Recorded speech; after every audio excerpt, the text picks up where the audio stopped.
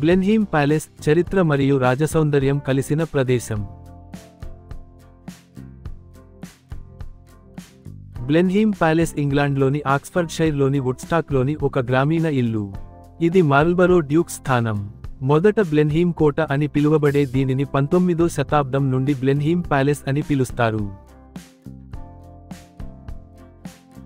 ఇంగ్లాండ్లోని అతిపెద్ద ఇళ్లలో ఒకటి.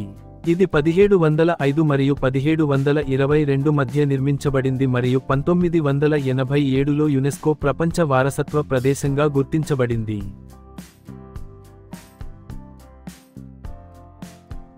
అరుదైన మరియు స్వల్పకాలిక ఇంగ్లీష్ బరోక్ శైలిలో రూపొందించబడిన ఈ ప్యాలెస్ యొక్క వాస్తుశిల్ప ప్రశంసలు 1720లలో ఉన్నట్లే నేటికీ విభిన్నంగా ఉంటాయి. కుటుంబ గృహంగా, సమాధిగా మరియు జాతీయ స్మారక చిహ్నంగా దాని మిశ్రమ ఉపయోగంలో ఇది ప్రత్యేకమైనది. ఈ ప్రదేశం సర్ విన్స్టన్ చర్చిల్ జన్మస్థలం మరియు పూర్వీకుల నివాసంగా గుర్తించదగినది. Sir Winston Leonard Spencer Churchill 1874 నుండి 1965. ఆయన బ్రిటిష్ రాజనీతిజ్ఞుడు, సైనిక అధికారి మరియు రచయిత. 1940 నుండి 1945 వరకు రెండవ ప్రపంచ యుద్ధం సమయంలో మరియు మళ్లీ 1951 నుండి 1955 వరకు యునైటెడ్ కింగ్డమ్కు ప్రధానమంత్రిగా పనిచేశారు. 1922 నుండి 1924 వరకు కాకుండా 1900 నుండి 1964 వరకు పార్లమెంటు సభ్యుడు ఎంపీగా ఉన్నారు మరియు మొత్తం 5 నియోజకవర్గాలకు ప్రాతినిధ్యం వహించారు. ఆర్థిక స్వేచ్ఛా సిద్ధాంతం మరియు సామ్రాజ్యవాదానికి అనుకూలంగా ఉండి, తన కెరీర్లో ఎక్కువ కాలం సంప్రదాయవాద పార్టీ సభ్యుడిగా ఉన్నారు.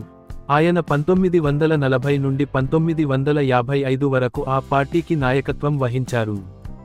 ఆయన 1904 నుండి 1924 వరకు లిబరల్ పార్టీ సభ్యుడు. ప్రతి శీతాకాలంలో ఈ యునెస్కో ప్రపంచ వారసత్వ ప్రదేశం ఒక అద్భుతమైన మార్పును సంతరించుకుంటుంది. సెలవుల కాలంలో దాని మైదానాలు మరియు ప్యాలెస్ లోపలి భాగం, బ్లెన్హీమ్ ప్యాలెస్, మంత్రముగ్ధం చేసే అలంకరణలకు వేదికగా మారుతుంది. ఇది అన్ని వయసుల వారికి అనుకూలమైన వినోదం. నా ఇటీవలి ఆహ్లాదకరమైన అనుభవాన్ని మీతో పంచుకోవాలనుకుంటున్నాను.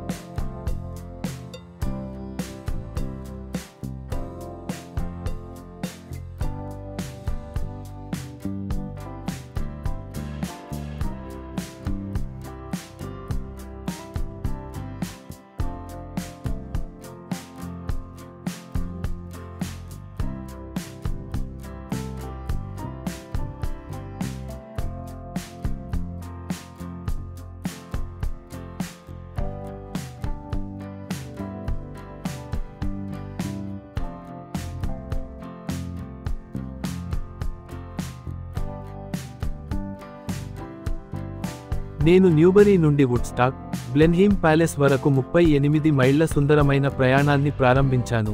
సుమారు 3 గంటల పాటు పచ్చని పంట పొలాలు, ఆకర్షణీయమైన గ్రామీణ రహదారుల గుండా ఈ ప్రయాణం ఎంతో ఆహ్లాదకరంగా సాగింది.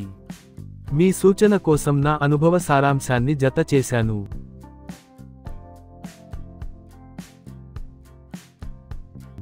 మీరు కూడా దీన్ని ఆస్వాదించారని ఆశిస్తున్నాను. ధన్యవాదాలు. లైక్ చేయండి, షేర్ చేయండి, సబ్స్క్రైబ్ చేయండి. జి. శోభనాద్రి రావు.